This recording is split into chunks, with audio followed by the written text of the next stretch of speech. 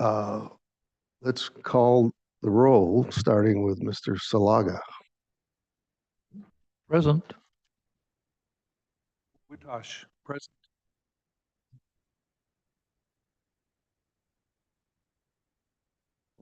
Who was that?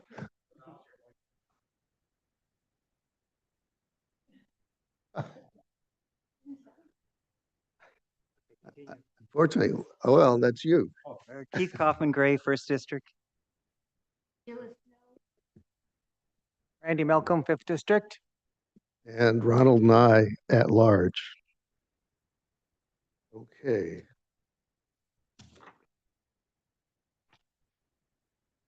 I guess it's time for any public comment. Mr. Chair, we have received no letters and nobody signed up for public comment. Okay, very good, thank you. Minutes from the last meeting will be considered. That's right, it would be in November, wouldn't it? Or would it be? October 3rd. No, it's misspelled. We didn't meet December. Did we meet November? November, it's misdone on here. Yeah, but so who's? So the minutes are wrong? They're just the date of the minutes. November 8th. November 10th? It says October 13th. Is that the wrong date?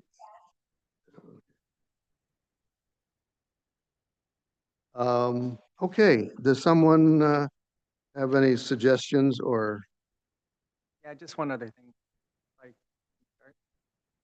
Yeah, go ahead. On item 8 for the Rojo Bridge under my comment, Yes. the last part of it, referring to the hidden Mickey thing, I was just me thinking out loud. I don't think it needs to be put in there. It might confuse others. Well, it sure fooled me. I didn't know. Yeah. I don't remember you saying that even. Oh, it was like a little Easter egg you're finding, like something like that. I that's my reference. It was just a reference that doesn't need to be. I'm generally pretty good with old-fashioned sayings, but that one, I don't know. Oh. Anyway, okay, so let's strike the hidden Mickey. I've got one item. Okay, sure. Since Mr. Villarino is not here, might ask for someone to say whether I'm right or wrong here.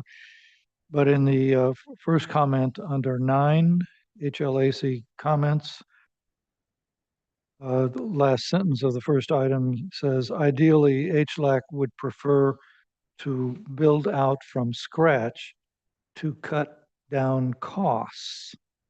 Should it be prefer not to build out from scratch to cut down costs?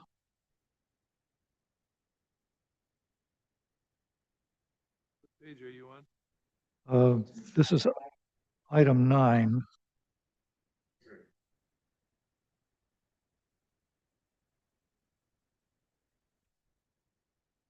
Okay, so down on the fourth paragraph from the bottom. And you would reword that to ideally HLAC would. Prefer not to, but I'm concerned since he Oh. is not here. I don't want to put words. Jonathan does this exactly on the tape. So I would be very reluctant to change without his approval on something like that, even though I think what he meant was to say no.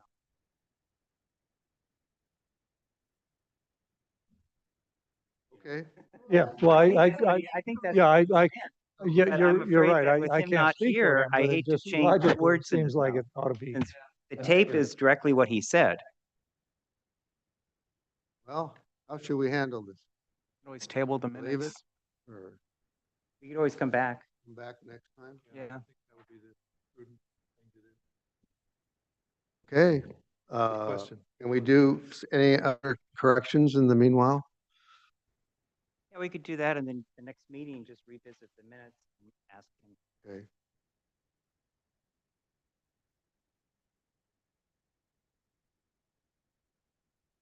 Could I ask for another possibility?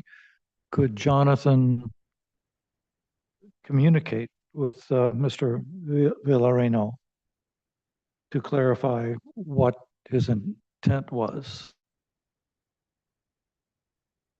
Yes, I can send him an email and see if he can clarify that comment, and we can possibly get back to that at the end of the hearing. Well, I mean, he's the last word on his comment. So if he says whatever he says, I'm not opposed to incorporating that. I'll send him an email and see if he can respond, because I do know he's in the field today at his regular job. Okay, thank you.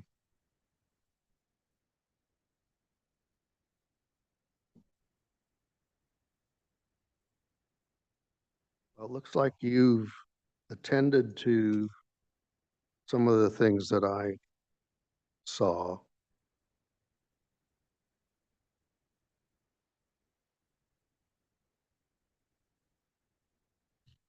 Anything else? No, so I guess the question for county council, can we go ahead and approve the minutes on the condition after talking with John Villarino about that change? That way we don't have to bring it back.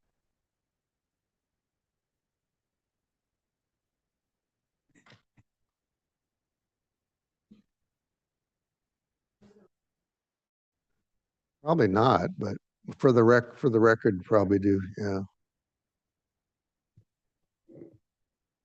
I think that'd be fine. All right, so, We'll approve the minutes on condition for John. okay, we don't have to vote on that. Okay, Oh, oh, table and the whole idea is I was thinking we didn't have to bring them back. We did that. and did you approve that idea of, Not have to bring them back for final approval if we approve them now on getting John to change or not change. I think that's fine to handle it that way. Or you could table them, either way.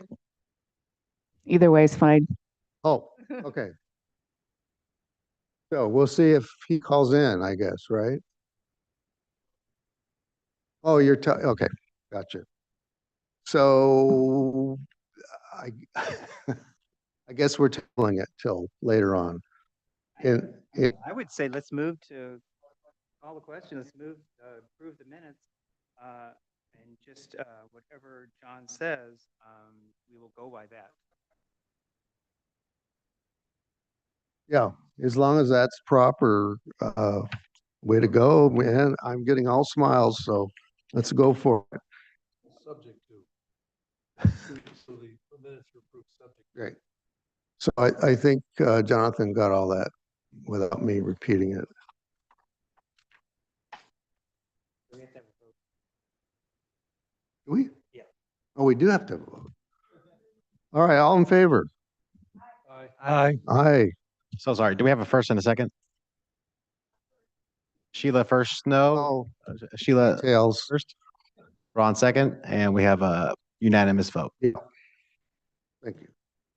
Good. We're good. We're not good, but we're moving on. Staff update. Does the staff have any, our one-person staff have any? No updates from staff right currently. Thank you. Oh, yes, Mr. Witosh. Microphone, sir, sorry. Your microphone, it's off. Your microphone. Personally, thank Mr. Jonathan Martin for obtaining my badge and my reimbursement check, which finally arrived. Thank you, thank you, Wow. thank you. Amazing. I'm very happy you got all that taken You've care been of. great. Okay. Absolutely. We worked hard for that. It worked twice.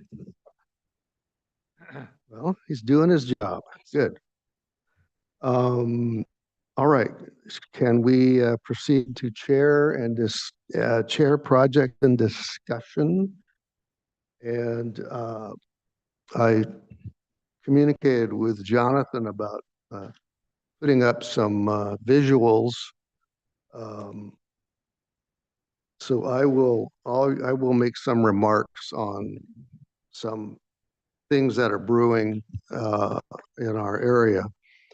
Uh, Number one is the Bella Vista High Line repair project that is being conducted by the Montecito Water District, in which they are repairing a water line in one or two places up above in the Montecito foothills. And this was a pipeline that was damaged in the 2023 storm and landslide stuff. They asked us to give them or give their consultant, Rincon Consultants, some sort of indication at this early stage whether there's a potential for impacting historic properties. And I immediately thought of the trails up in that area of upper Montecito. So I asked Sheila Snow to look into it, and she jumped on it. And do we have those? Yes, I have the slides up. I'm off. There's a button, should be right there in the front.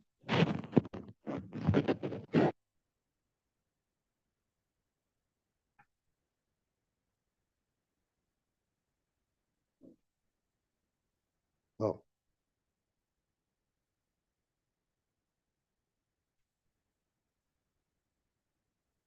Oh.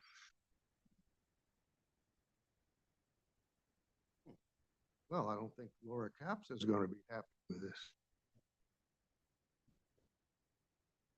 So I'm in her chair.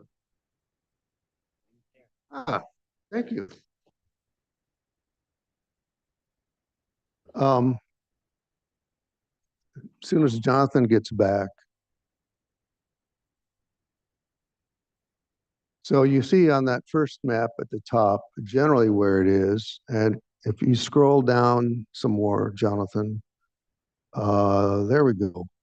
That's pretty close in, but I will turn it over to Commissioner Snow to explain what's on this aerial photograph. She looked into it. And I went on to Google Maps as well. It doesn't impact any of the trails that are dedicated. That would be up when you see Bella Vista up in the right corner. It hooks up to Romero Canyon, and that's where the trails are. It looks like there are some here, but those probably are with, and I can't be sure, but if you see that plowed area, it appears to be part of Rancho San Carlos, which was a very large property that went up into those canyons. And so any trail you would see would probably be private off of theirs. It wouldn't affect public access trails because we have no trails over Rancho San Carlos. There is a couple of little private roads that come, but it just is in raw land, basically. So it doesn't, unless Mr. Villarino would be the one to know if there were archaeological sites, but I don't know. Romero Canyon used to be a way that the native peoples went over the mountains up through that canyon. So, and the bandits also. You probably know who. Does They Romero were down there. actually show on this? No, it doesn't. See, if it's where it says figure 2, it's like up even above that. Probably, if that map continued, it would be up where Rincon is. That And is heading. East Valley Road somewhere below this? East Valley is way down below. Yeah, so the only one that I know that have been plowing up there and changing everything is the Rancho San Carlos. Since the Bechtel family or their corporation bought it, they've taken out a lot of the old groves and have started replanting everything. From what I can see, looking from like Ortega Ridge or looking at it going by. So I don't see anything. The only thing would be these cisterns, these reservoirs, but it looks like it's all part of the district, the Montecito Water District. Who owns the land? I believe Rancho San Carlos. The plowing, that's where they've done a lot of work. And Romero Canyon, you can't see it. It's way to the left. Not way, but it kind of, it's back that canyon. And when you get onto Google Maps, you can see some of the houses where the main house was of Rancho San Carlos, and it's right below kind of this photo. So it's in kind of private property area. Those reservoirs of water are they public water or private water? I don't know. It looks like public of Montecito Water District is dealing with this. They have other reservoirs down the canyon on the other side of like Ortega Ridge. They have other ones going down towards Summerlin. That there are trails along there, but there aren't any public access trails through here. So the bottom line is that these facilities are municipal, Montecito Water District facilities are Right. on private Private land. property. And therefore we do not have jurisdiction because Yeah. they're not publicly accessible. Yes, and we don't have any known historic, Known, no known. Okay. no known. That's- Okay, I will, I was just gonna Kaufman Gray. follow up. And first of all, I want to thank Commissioner Snow for her expertise in all the trails to be able to point this out today. Really appreciate it. Like we said, we don't really know if there's any archaeology things, potential in that area. But I think the question is, we get these letters when I was chair, and they just want us to know if we know of any historic things that might be disturbed by this project. So I would think we could request the chair just to send a letter back, just very briefly saying that the proposal, and we as a body do not see any potential harm.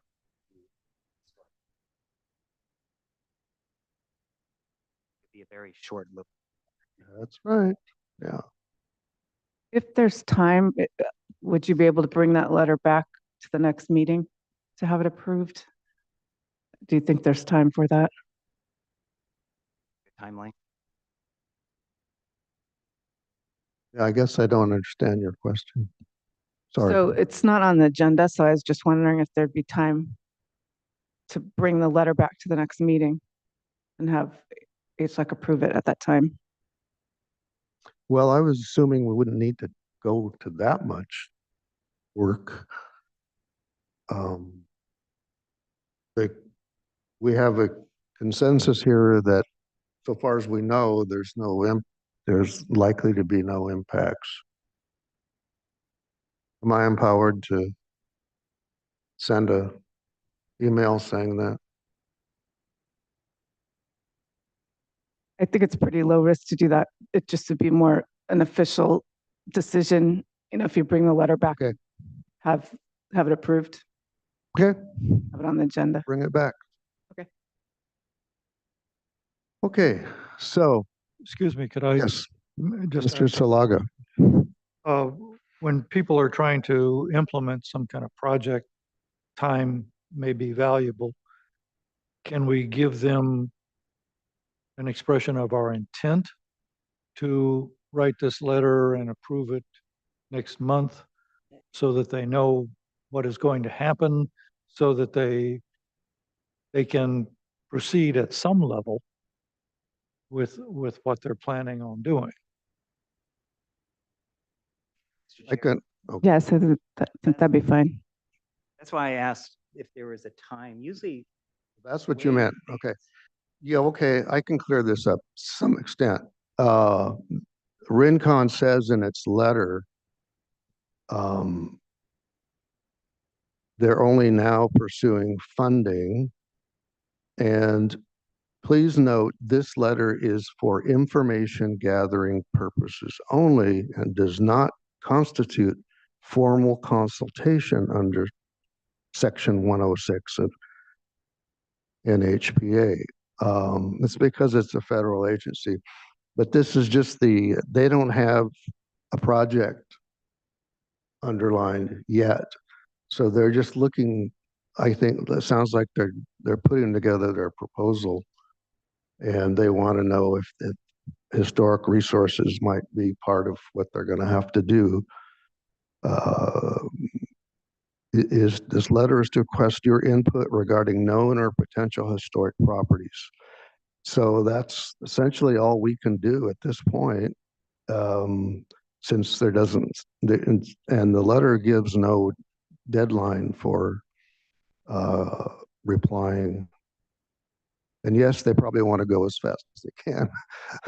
Having said all that, they want to get that proposal out. So, so they're actually asking for what we're prepared to tell them now. But I'm happy to bring it back.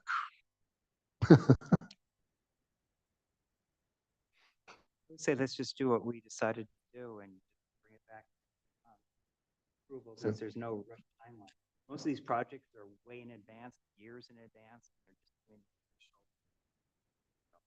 inquiry to all organizations if they have any impact of the potential project.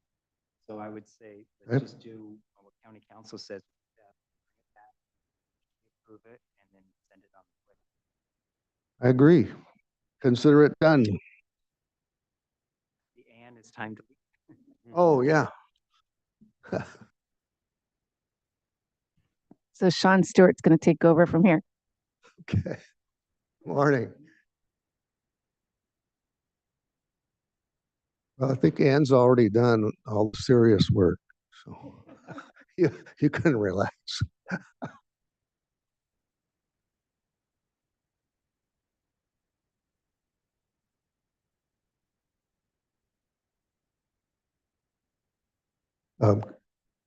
Yeah.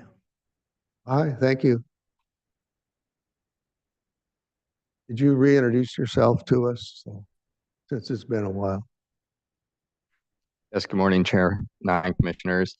My name is Sean Stewart, Deputy County Counsel here. Thank you, Sean Stewart.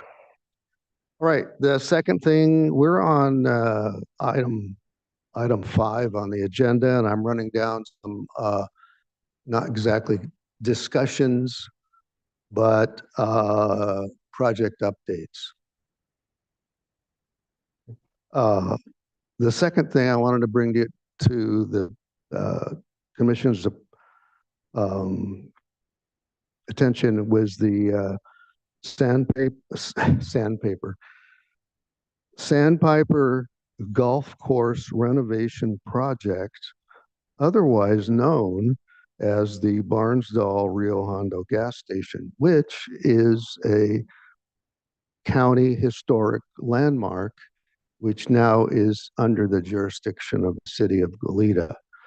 But I thought this would be of interest because just about everybody has driven by this for decades, literally.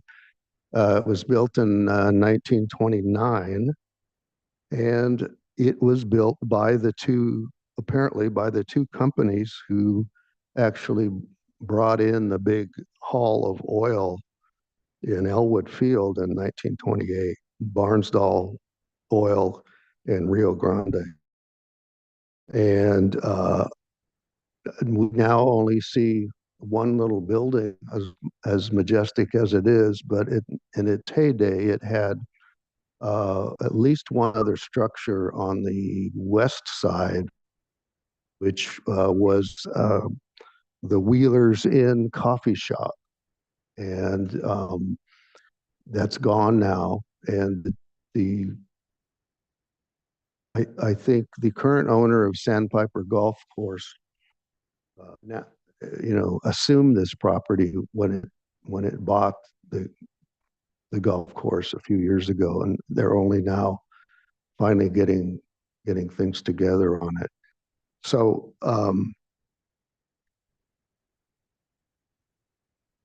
Wheelers and the gas station continued on through World War II when the gas station was closed. They continued to use its storage tanks. Jonathan, aren't there a couple more photos showing the other buildings on that site? They're very revealing. Boop, boop, boop, boop. That's the cupola. Keep going, go. Yeah, there's some better ones than those. You can't read my mind, obviously. I could try and see if we can Is there more in that little find more. down below that one? Keep up. No, yeah, keep going. Keep going.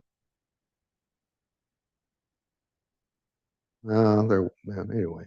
So anyway, to keep things rolling, if you scroll back up to those drawings, there, you'll see their plan is to add, to renovate and upgrade the the tower building on the right, and they are going to put in two antique-looking gas pumps, which will service e-bicycles, and they're going to build something called the Rio Grande Cafe on the east side, instead of not exactly where the Wheeler's restaurant was, but they're doing their best to apparently design this to look like a gas station garage. And so people will buy and drink their coffee in the new building, and they also will be able to, I guess, sit in the older building, which will be restored with a staircase up to the cupola. So this was all supposed to be come to light tomorrow, but that meeting was canceled. But that's what's going on out there. Next month they'll try to do a hearing, and but it's been a dream for a long time for most of us driving by, and you just cringe because you never know when you go by if some terrible thing, something else has been happening to it. It's had a lot of vandalism. But I wanted to mention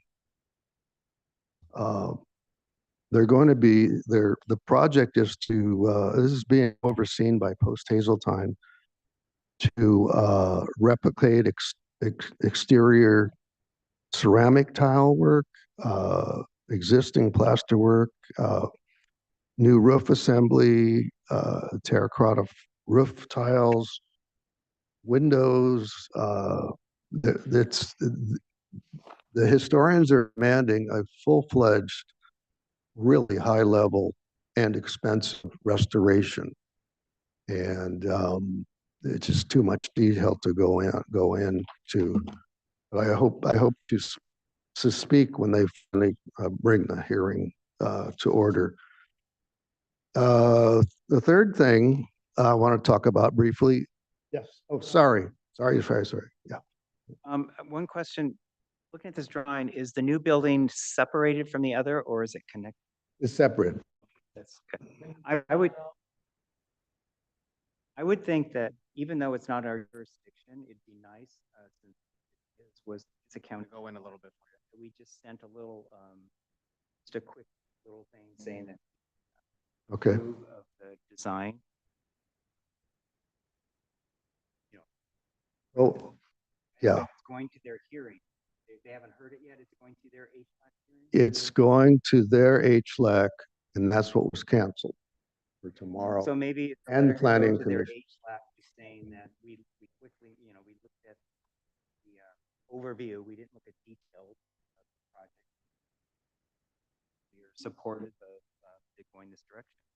I think it's a wonderful way to save the building. And I also heard that it's also be active for golfers so that it's Oh, gonna be really? designed halfway through, like the ninth tee, they can stop, have coffee. and Hey, then that's continue pretty the cool. rest of the golf. Yes, Mr. Witosh. I agree. I think this is a great idea. I have one little niggling question. So I like the Rio Grande coffee, coffee building. Is it,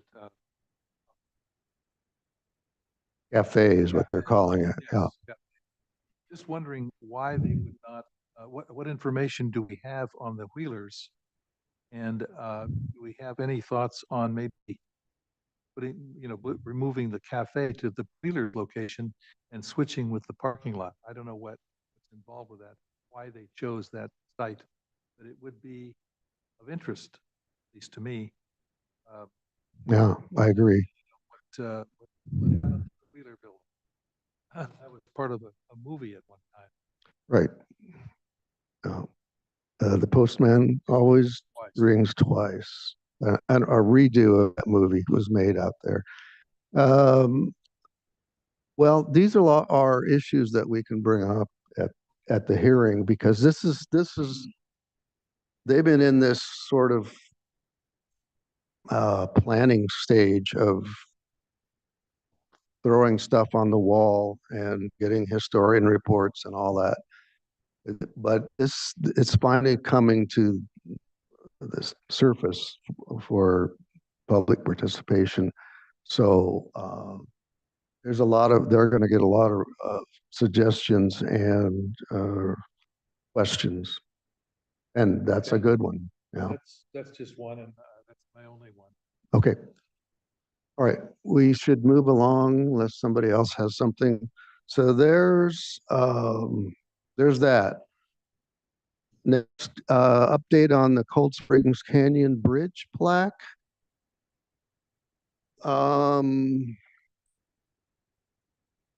There isn't enough time, and this is not a discussion thing.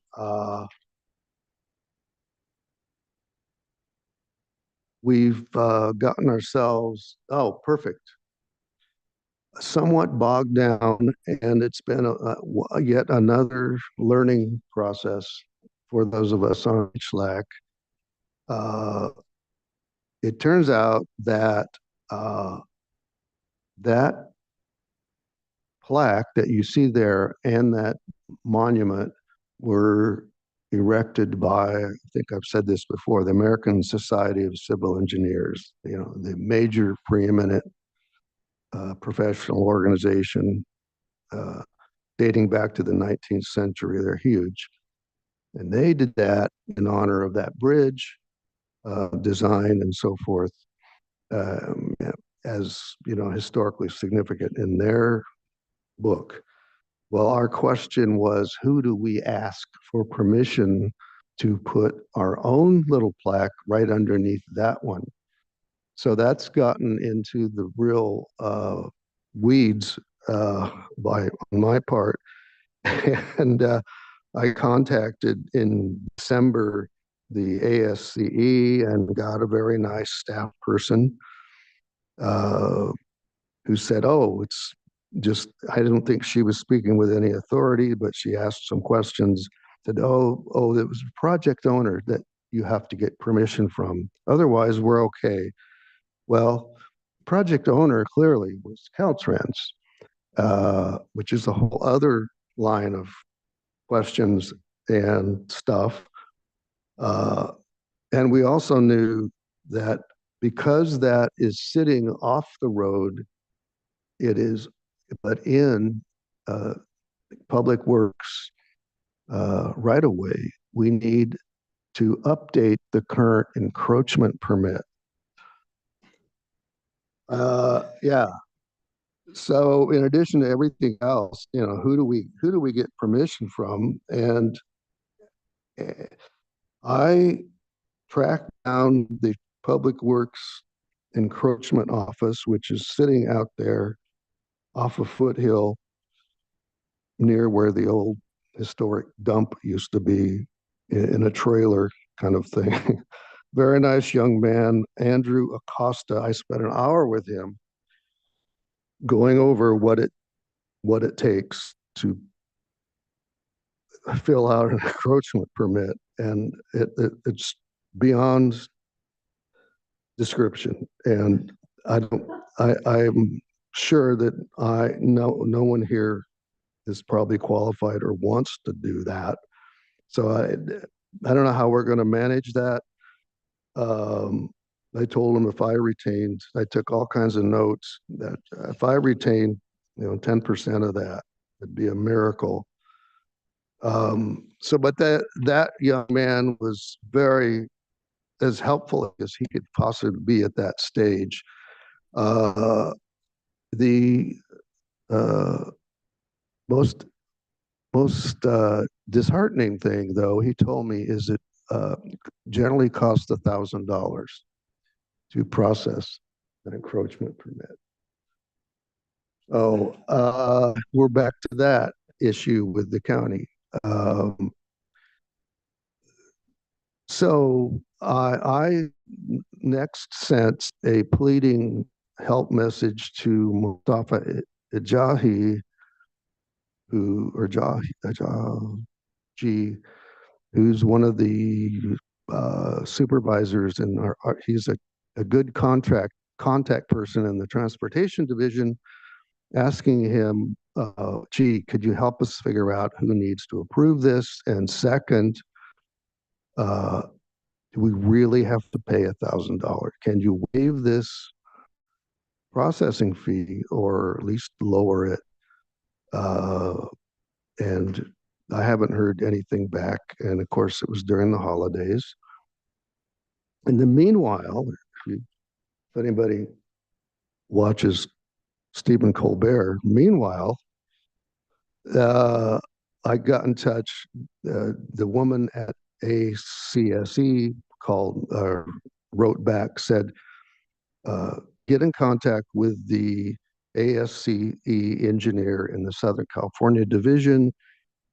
He's down in LA, and he should be able to help figure this all out. And I never heard back from him. So it's all very consistent.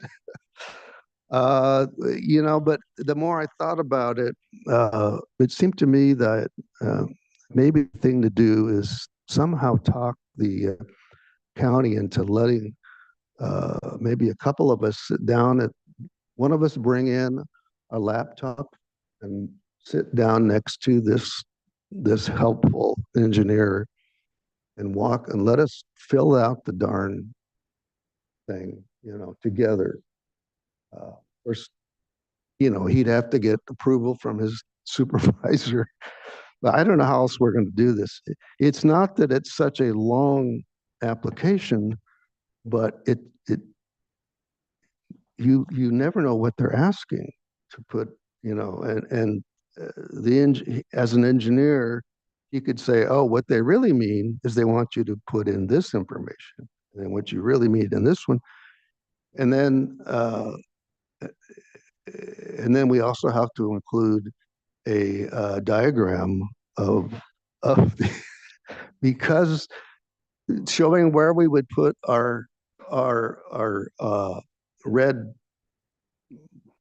what'd you call it? Your markers out on the street, so nobody will hit the installer of the plaque from that busy road. Anyway, any suggestions before we quickly move along? Looking hopefully. I just want to say that, thank you for all this work you're doing.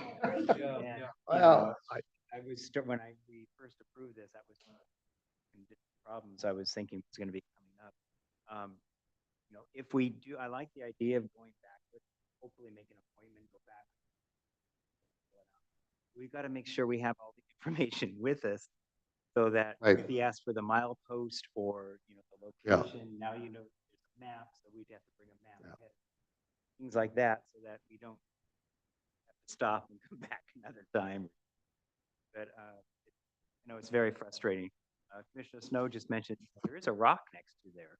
So there's a problem with, Ah, there is. it's hey, a good problem. thinking. Yeah, But, again, we I still like that. no matter what we do. So it doesn't matter if it gets put on a rock or on that, the nice cement Boy, monument that's already. see, that's what's great about this commission is just to point out stuff that I didn't even see. So we don't have to pay for a rock. It's not a very, it's not a very attractive rock, but a rock is a rock. And the fact that it's already in the county right of way must mean that it's properly placed. Well, maybe it just fell down the hillside and they just left it there. So to be clear on this, placing the plaque on the rock would involve just the county part of the paperwork and would bypass the Engineering. ASC. Well, not entirely, because I forgot to mention. I said there's already an encroachment permit, and I was able to get that out of the county records from this same guy, which was issued in 2004 for that monument. But it was issued not to Caltrans, but to the American Society of Civil Engineers. It looks like it was a local contractor who went in there, Burke's Construction. But I noticed that Rob, the person in here, is probably no longer around. But the company appears to be See your 2004. But I just something tells me that's going to take us nowhere. Because he was the contractor, and that's typical for contractors to go in for their clients and get these permits. That doesn't help us with the jurisdictional question. And what I'm driving at here is it would appear that as long as we have some sort of quick memo from the society saying it's okay, and the county will probably sign off on the permit part of it. We're looking at two agencies, Caltrans and Santa Barbara County. Well, we haven't even gone to Caltrans. We have a good relationship with Caltrans, Well, but this is a county road, so it's a county permit. Caltrans doesn't own this, so Caltrans had nothing to do with it. This is not part of old State Highway 1. No, this is a county road. Stagecoach Road, It's which county I road. think was the old highway. I believe it was. It was the old highway, but I think State highway. it's county road. Yeah, changed. it's been rededicated back to the county. It's just like Old Coast Highway, same kind of thing. So, yeah, the good thing is there's only one. Yeah, so, but, you would think and I'll get to Richard, you would think that the county public works would say, okay, HLAC is county, we're county. Let's not charge them for this, because this is a revision of an existing encroachment permit. Mr. Chair. Anyway, Mr. Salaga has been, Just will you be careful because this is not an agenda item. I know. Going beyond this. I know. Well, okay. Well, our attorney hasn't weighed in yet, so no, that's all right. Okay, quick question. We got to move on because I think I've given you the gist of the situation. Well, first of all, I appreciate all of the effort that you're putting into this. It was- And then with all due consideration, we don't have a lot of money to spend on this. That's So unless we can quickly get to a point where someone say, okay, you can stick your plaque on this pedestal that's already there, I think we ought to drop it. I don't think putting a plaque on the rock is a good solution because it's not really that visible. And I doubt that very few people are going to come along and pull off the road and look at either plaque. So that's just my opinion.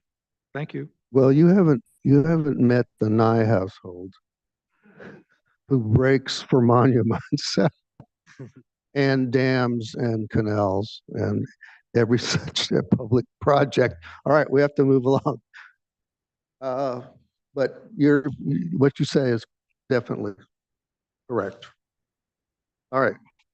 I would add, slightly disagree with Logan's comment. I drive that sort of often. I am amazed to how many times I see people pulling off into the little pullout and looking at that monument. Not just the monument, but it is the perhaps the Kodak moment. Yeah, that's We're it. seeing that arch bridge Yeah. in all its detail. So I'm a little, it is a great place to be putting a flag and to get out. I just would like to also emphasize that if there's any way to get a waiver of the fee, possibly a donation from, or even assistance from Caltrans, even though I have no specific relationship to this, they're very, they are our friends, and it's their landmark that celebrate their own history. It's reasonable. Okay, should we move along? To move on to the next interesting topic? Very quickly, if we can. The Arroyo Hondo Bridge plaque. We're back to this. Oh, excellent. Thank you, Jonathan, for finding those. We're putting those back up. Yeah. Well, we had this conversation on our last meeting. It was suggested that we ask the park department as well. Let me go back. We designated this in 2024, and we discussed it at our last meeting, and which was October 13th, I thought, but a meeting on October 13th, that there was a straw vote to place a new boulder down further, quarter mile or eighth of a mile to the west of where those people are standing, which would be closer to the bridge, but it wouldn't have the benefit of being up here where all the other signage is, and would probably cost more. And the suggestion was that we should look into the potential costs of doing it that way. So it was suggested that I contact Public Works, Parks Division, to find out, since they were the ones who actually placed the Rocky Nook plaque, and they moved boulders around. It was suggested that they might help us out, maybe somehow get us a boulder or something. I was in contact with two different people in the Public Works and the Parks Department, and nobody got back to me. So their names shall not be mentioned here, but again, it's the holidays and storms and everything else. So I did manage to call on an old acquaintance of mine, a longtime landscape company locally, and try to get some numbers from him about, since he does all kinds of stuff in Montecito and whatnot, about getting boulders and delivering them and all that. And he said that you have you have to, you have to buy the boulder at, a few $100s, clearly, if we don't have one, and if we want to put our own boulder, it has to be delivered, 30 miles away, probably up to where that site is. An area has to be cleared, and then a certain amount of rock moving around to get it where we want it, all of which takes both labor and machinery, and probably more than one type of machinery to deliver it and to then place it. He thought it would cost several $1,000s to get that accomplished. In terms of where we stand now, so that was the big takeaway leading up to where we are. There's always more information to be gathered, but not necessarily easier to obtain. My feeling is that we take advantage of the boulders that are already there. Then we'd only have to worry about the costs of somebody installing the plaque on one of those boulders, which Caltrans likes us to do. Because I don't see how we're going to dredge up that kind of money to do a boulder and get it. And yeah, well, we haven't even asked Caltrans about the idea of putting in our new boulder down at that particular spot, because we haven't gotten far enough to know if that's what we want to do.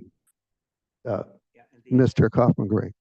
the other thing is, no matter what is done, we still need to have it. This would Oh, be yeah. to the county. But, as you know, when I was chair, I've had a relationship with Takia, and she's very helpful.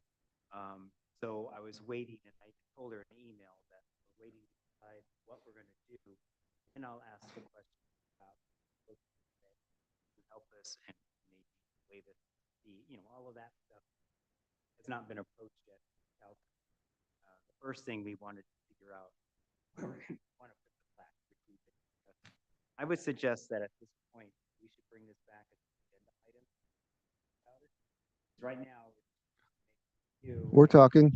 all have a lot of questions, and I would think just bring it back as an Okay. agenda item, and Chair can give us all that information.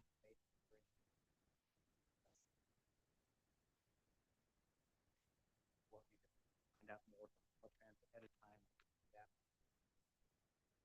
All right, good idea. We are limited by the fact that this is supposed to be only an update. Any other updates from anybody? HLAC budget, item number 6. Mr. Kaufman Gray, you're our budget guru. Did we get a new budget? Yeah, we did. Oh, okay. Well, just pull it up.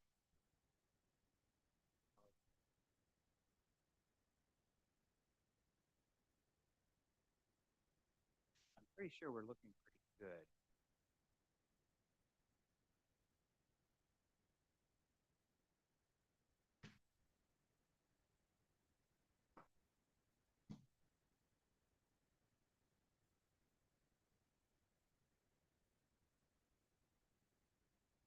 So, I mean, 50% has elapsed time-wise, because we're halfway through this year's fiscal year.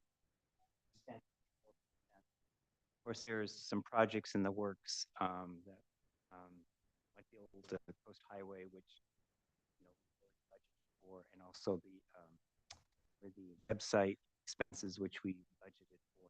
So, I mean, we're looking in shape.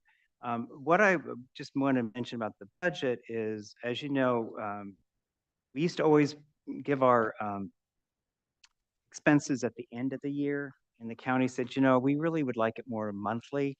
And so when I was chair, we did a compromise, and we said we'd do it quarterly, because we don't always meet all the time. So doing it monthly is too much work for all of us. So as you know, the fiscal year starts July 1st.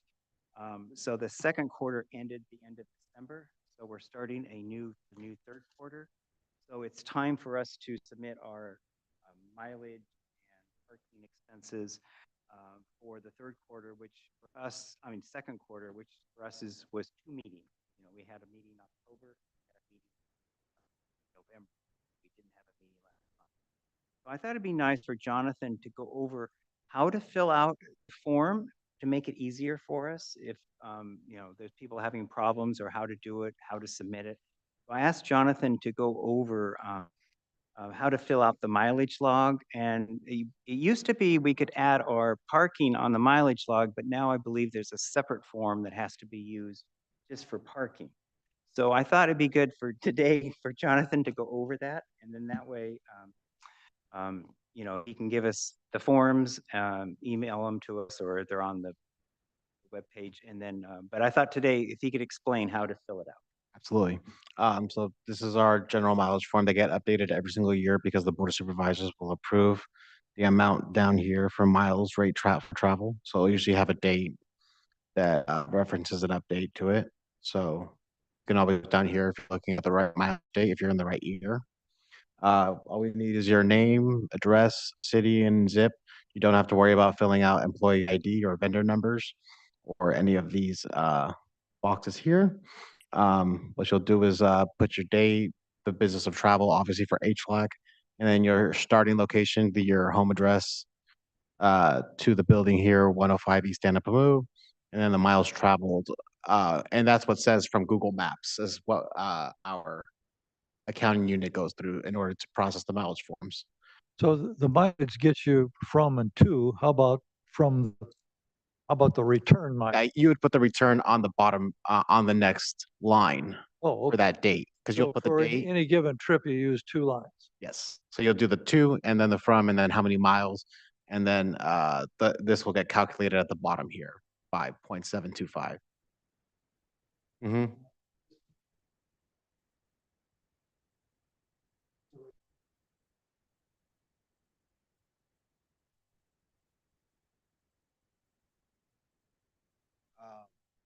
We look at that really quickly. Well, the mileage that we're doing is from 2025. So I would think if they change it for 2026, it would be on the new forms that we'd fill out starting with this meeting.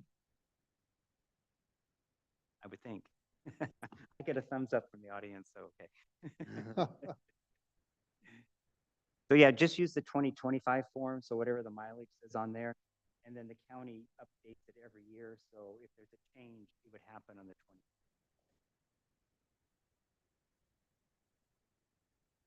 Yes, I'll get you the 2025 form. There is a small difference between the 2025 mileage and 26. So we can start your mileages for this year's on this form, and then we can start your mileages for the past months, the 2025. How many meetings were there in the first quarter?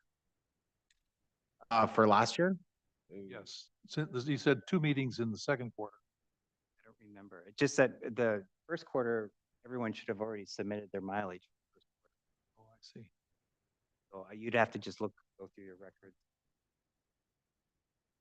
Jonathan, Sir. So you don't have one filled out to show you couldn't find the one. I can pull up one filled out as well. Sure. Yeah. I gave him permission to show mine just so, but the Google is important, I think. Always just Google Maps and put in your address, where your home address, put in this address. It will come up, print it, and attach that to the form because it helps them know that that is the actual mileage that it shows. And sometimes Google will give you different directions, you know, different mileage for different roads to take to get from your home to here. And just pick the one that you do, and then that way they know that is the correct.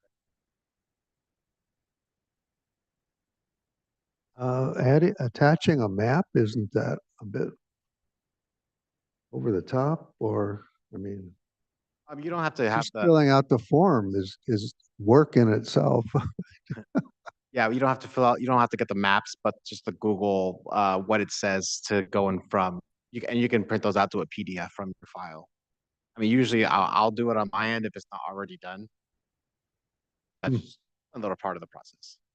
sorry if I'm perseverating on this, but if I'm filling out forms for 2025, you said that there's now a separate form for the parking tickets. Do we use that new form for the 2025? Or do we, I think I've just been kind of making notes and attaching the receipts to what I submit. Yes. So I've been attaching this form that's on the screen now. What are you saying? This form that's on the screen now. Yeah. That's where we would attach our parking tickets. That's why I've been attaching this form to it as well and then filling this out. So I use this form for 2025. Yeah. Okay. Because the rate won't change.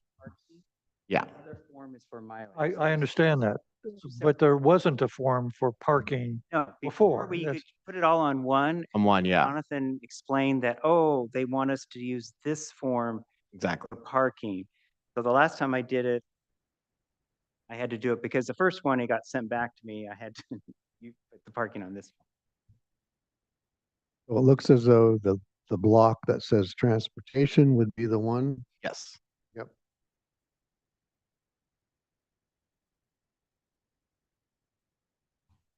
So anyway, I just I think, wanted to bring this yeah, during the budget that it's time to fill it out but it all goes to Jonathan.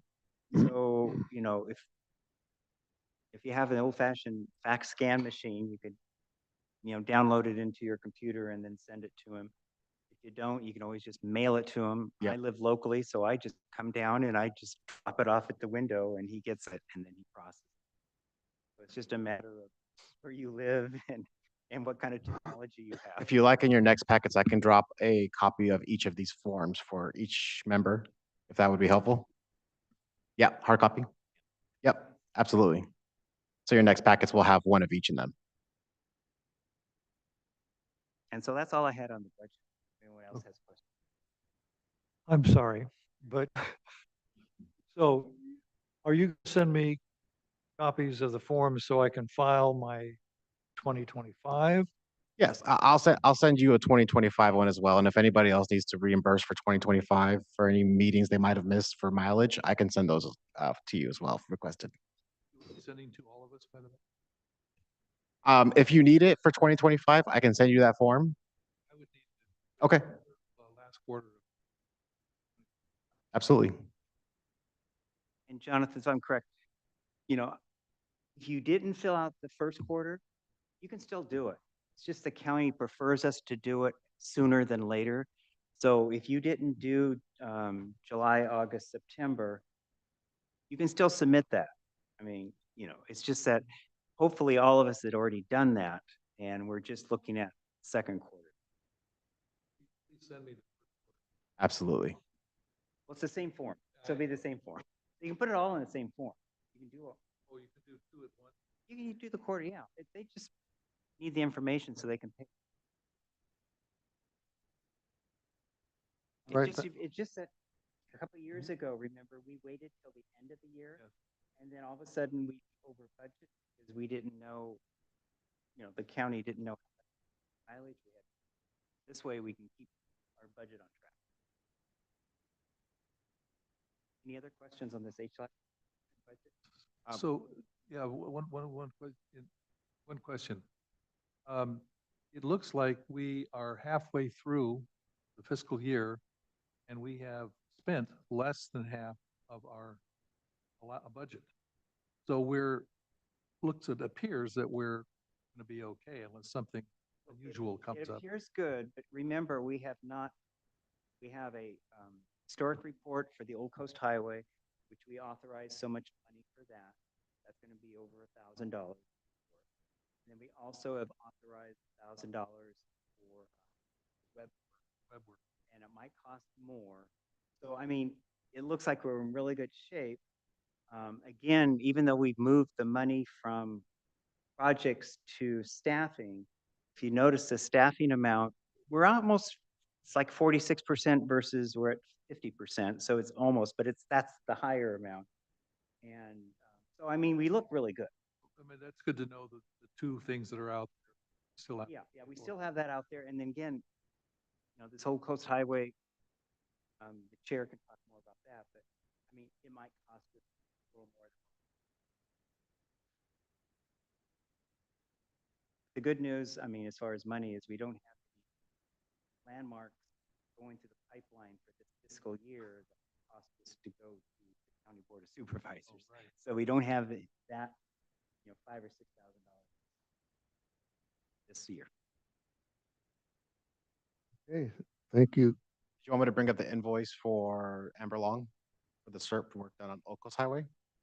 Do we need the whole commission to approve that? No, I don't think so. I just. I mean, I will. No, Yeah, okay. Thank you. Okay, moving along to district reports. Are there any updates from anybody in their district? Okay, Mr. Kaufman Gray, please. Okay, a couple of things. I just want to do a follow-up. If you remember, this was in the November meeting, or maybe October. It was in November. We showed the All Saints by the Sea Episcopal Church. I showed the Commissioner Snow and I went to their anniversary. And at that time, they presented that booklet of all the stained glass, and I had passed it around. And the commission said, boy, that would be nice if we could put that on our website. So I finally got a hold of Reverend Channing Smith from All Saints just recently, the holidays, he kind of put things off. And he thought it was a very good idea. And he's going to check with the author of the booklet to make sure it's okay. And then if it's okay, they'll probably send, I don't know, a PDF or something that Jonathan then could have it put on our website under All Saints. So I just wanted you to know I did follow up with it. He likes the idea, and he's just waiting for. Let's see, the subcommittee on new historic landmarks. I just want to keep everyone in mind, it seems like we've just, hit a wall here. And it's not like the subcommittee hasn't been trying to do things, but we're having a lot of difficult things moving forward to get permissions from landowners for potential landmarks. It's not like we have definite no's. It's been difficult to find the right contact person to give us the right contact person to finally get permission to move forward historic landmark. So I'm not going to go into who these are because, we haven't really worked on it. But, it's not like it's been done. It's been a very, very slow process to get approval. And I'm trying all time. And so the committee, we always the subcommittee on new potential historic landmarks always meets first of the year. So we'll probably have another meeting first of the year and go over where we're at, what strategy we can try to get something moving. It's been kind of standstill after all landmarks going once. And let's see, the next thing. Pearl Chase Society has a newsletter, and they did a January newsletter. I'll pass it around. They did an article on the Campbell Ranch House, which is a county landmark. And then adjacent is the Red Barn, which is owned, both of these Cola Point, you remember, and they're owned by the UC Santa Barbara. A couple of years ago, gosh, it's been 3 or 4 years ago, the subcommittee on plaques, we did a search. We went to every landmark to see if they had a plaque, or a wooden sign, something. And so I think it was Commissioner Nye and I went out to this landmark. And at the time, there is a plaque on there. And the building was completely boarded up. And it's 3 years later, and it's still completely boarded up. And as you can imagine, it's starting to deteriorate. And the Capitol newsletter has a picture of it. And, I think it just brings to light that, we've had this discussion before that, we need to have a little more teeth in Chapter 18A, that if there is a landmark, to be stated that they need to maintain it at the current level when it was a landmark. And this is something that, of course, we're working with planning development that's a whole other story, but I just wanted to bring out that, we know what happened to the Moody Sister Cottage, it wasn't maintained or down. So definitely, I think as a whole, we've talked about need to, Ethan, I think when I pass this around, you'll see that this could be a potential one that we might have. The Barnesdale gas station is another good example. Luckily, they're going to do something, but it's in pretty bad shape right now. So anyway, I'm going to pass this around just so you can see what, because they mentioned the need for, but the Red Barn is a possibility for a potential landmark. And so that's my district reports that I have. Thank you, Mr. Gray.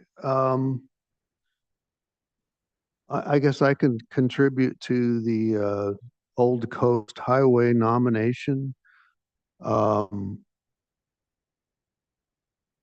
It's kind of ticklish because our historian has been swamped with work, and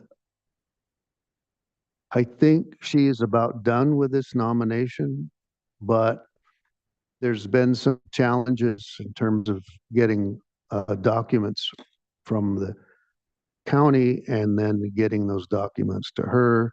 So anyway, and she did submit another invoice, which is a progress invoice, and we have approved, I think, 2 extra hours for that, for in addition to that. So she is on it, but it's not quite there yet, and we'd really like to get that nomination available to us. So yeah, one thing to follow up on what Commissioner Kaufman Gray mentioned, Cold Spring Tavern was one of those sites that we were eyeing as a potential for landmark.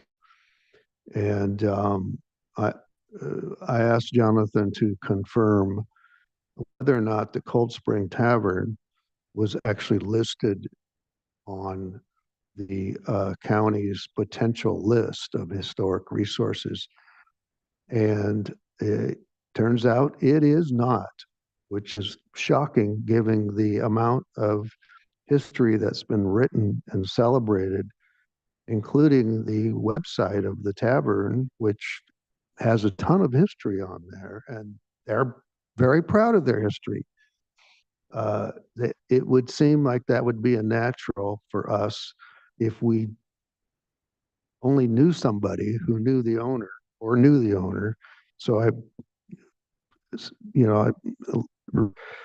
check with your networks and your antennas, and if somebody has a connection, because without the owner's permission, we're stymied. Pardon me, Karen? Yeah, I know but is Karen listening in? I don't. No, from last I heard, she was still at a doctor's appointment. Oh, okay. I know a musician that plays it, Well, that he might know the manager, who then might know somebody. well, get us a name, got to start somewhere, Okay. please. Helps. I mean, I'm going with the church in Montecito. I'm going through parishioners, like talk to the fathers, to try to move that along. I mean, so there's a lot of different ways you can try. Back to church for you. I will be visiting my chiropractor tomorrow afternoon, and he married into the Foxen Wickenden family. And I mentioned to him, they have a estate that's pristine condition. And I mentioned to him that I was on the Landmarks Commission, and I'm very interested in helping designate a portion of that ranch as historic landmark point of interest. And he said he would talk to the family about it. So he talked to the family. Apparently, the patriarchs spoke up, and they were not in favor of. But I will be visiting him again tomorrow. And I will be bringing this subject up and seeing just exactly how it's going with the patriarch. And maybe we can persuade the patriarch to consider. Good. But that would be a most interesting resource because and by the way, this is the reason I mentioned it, is that my chiropractor is somewhat of a historian himself. He knows all about Fremont approach to Santa Barbara, and at one time was going to go through the Gaviota Pass. Decided instead to go through Cold Spring Trail. What was and has a lot of history on that. Good. Thank you, Mr. Witosh. Your information reminded me about something I did with regard to the backtracking here, with regard to the Royal Hondo Boulder issue. I was in contact with Neil Graffey, who's a longtime member of the Evitus Clampus legendary group that puts plaques, historic plaques around all over the place. And I told him what we were going through, trying to get a boulder and a plaque out at that bridge. And I said, you know, how do you do it? How do you get these plaques in? And he says, well, we generally go out at the dead of night. We don't worry about permits or permission or okay, and put a plaque on a boulder and scram. I mean, I don't, yeah, all over the state, and I'm not sure they do that every time. But he also said that there's somebody that they work with who is in construction who manages to find boulders and install plaques. And I asked him to let me. He said he would let me know who that person is. The person is Joe Campbell. Mr. Chair, we need to move on. Hold on. We will. We'll move on. We have an important item on agenda. How do you spell that? Yeah. CAMBANELL.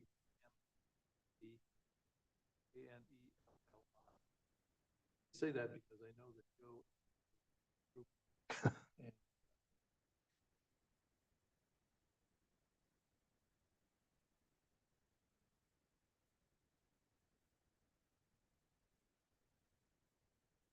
If it is not he knows who it is. Well, yeah, Neil seemed to think that whoever this person is, wouldn't have any problem helping us out. So anyway, that was that story. Moving on to our real discussion item, which is number 8. This was to be an update on John Villarino's very important work on our upgrading our website. And since he had to work today, he discussed his update, his information, and sent a memo out that is going to be summarized by Commissioner Kaufman Gray. Okay, yeah, I just want to go over, as you know, John Villarino, he's the chair of the WebMap subcommittee. And as the chair just mentioned, he had a last minute conflict and he had to work today and couldn't be here. John has been very busy this holiday working on getting all the information for the web after our last meeting. And the whole idea is he's getting this together so it can be sent to Brett in the county. On December 15th, John received an update from David Villarobos, our hearing support supervisor, who's in the audience right now, laying out two possible directions we could take in having our own web map on the county. As you know, we were discussing between two type of maps we'd like. The one we'd like is not what the county uses. The one that the county has is okay, but we kind of prefer the other one in general. So, you know, the cost of doing either one, we weren't sure at the time. And I just want to thank David. He really gave a really nice discussion to John on December 15th on the possibilities of what direction we go as a commission on it. So I'm just going to read the two options, and then I'm going to also read what John sent for me to read for today's meeting. So option one, and a lot of this was from David, so it might be right from David's mouth into what I'm saying, but this is an email from John that he sent December 15th. It said HLAC could purchase their own ArcGIS online account. So this is the one that we kind of like better, but the county doesn't have. So the idea is we could purchase our own ArcGIS online account, and the county could then link to their map from the HLAC website. Pros of this is HLAC could spend as much time on this without the cost of having Brent Bouillon, who works for the county, work on it. The cons, it is unclear what would happen if John were to ever leave HLAC, and who would maintain the map after he was gone. As you know, he's very good at this, and none of us are very good at it. Another con is the cost of the license for the ArcGIS online account is approximately $700 a year. The potential savings compared to the below option would be a little questionable over the long run. Another con is we would include a disclaimer on the HLAC website that the map is not sourced or maintained by the county of Santa Barbara. And that is something that we insisted on. The other plan is to go back to the original plan, which was for HLAC to submit a task list to the county and have Brent Bouillon build this out for the commission. The pros of this is we avoid having to sandbox the map via a link. Cons, it is unclear how much planning development would invoice out for Brent Bouillon's time per hour. It could be costly. It is unclear how quickly Brent could do work on any request if there were competing priorities. In other words, this is like wouldn't be the top of the list for him to do. So if he's very busy with other things, it might take a while for him to have the time to do it. And if John was to leave HLAC, there would be fewer transition issues on how to maintain access for the account. So if we did what is already the county uses, when John, we all are going to leave eventually. When John leaves, it would be easy to continue to update this map. So that is the two. And I want to thank David for putting this in very clear, precise, because we were kind of going all over what to do, what not to do. Now, I'm going to read what John sent this morning. He says, my recommendations and comments, I think option one is has too many variables, and option two is our best method to accomplish getting a web map. Brett and I discussed how we can cut back on his labor so that it does not cost the HLAC as much, and it would make getting the web map published faster, even if he has competing tasks to do. And if I agreed to build the map, and I have agreed to build the map with my own software and then send him the data so that he can copy it and the county can publish it. I've begun building the web map with the available information on the HLAC website, but there are some landmarks with missing information. I've completed inventorying the website and have a Google Doc showing what we have and what is missing. For example, there are a number of landmarks that don't have any information because these landmarks now fall into the jurisdiction of the city of Toledo. So that's like the Barnesdale gas. Go on the website. The web map ad hoc committee can meet to discuss the missing data, or we can just build the map to include only the landmarks and places of merit. Completed information. I should have the map completed by next month's meeting. which we can vote on and then send to Brett. Sorry I could not attend the meeting, but I hope this information helped. Feel free to review the document. He did attach a Google Doc that had it's done. Like I say, he's been working a lot on this. And so the subcommittee can still, we'll have some work to do before we bring it, as we can make some decisions to bring it so we narrow down our focus. But I think, like he says, I think the option 2 is probably the best. The other one, it's just, it's very expensive, and it would be unsure how we continue it. So I guess this is an agenda item. So Jonathan, we should see if there's any public comment on this. Absolutely. Could I ask for just a little clarification on 1 versus 2? Let's do a public comment and then we can ask a question. We have received no letters and we have nobody in our attendees column. So no public comment. Okay, so if they'd like any public comment, if they like to make a comment, do they want to make a comment? There's none. Sorry. There's no, okay. Okay, so no public comment, so let's do questions, and so, I guess from what you said, I'm a little unclear on what's option 1 and what's option 2, but right now, option 2 is preferred. Is option 2 using the county map as the base? yes, option 1 is to use another map the county isn't using. I mean, Yeah. the one would be the one that he showed us, but there might be others out there. But if we do that, there's a fee to do it every year, like $700. Right. License to use that map.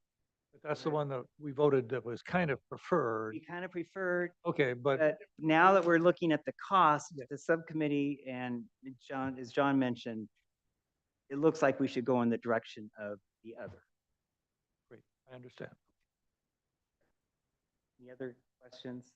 And my understanding that John also might work with Brent and tweak that county map in a way that makes it more attractive, more serviceable and so forth. In other words, there's a possibility John would enter into the equation of mapping how the information is displayed on the map. Yeah, as John mentioned in his email, he's already been working with Brett, and he's communicating. They're not actually working on the map yet because that would be hours that are billed to HLAC. So he's been communicating. We have a really good relationship. I believe they're doing very well. So John is getting all the information ahead of time. He's going to work with the subcommittee that we can tweak it ahead of time. We'll bring it back to HLAC, and then if we approve what we like, then he'll work with Brett to get it up. And that's when we'll have the hourly. All in favor of option 2? That's, yeah. And, again, we could decide today, because it is an agendized item, if we want to move ahead with option 2, which might be a smart thing to do. And then we'll come back when he's finished with all the collection of data and stuff, and then we can approve, move forward.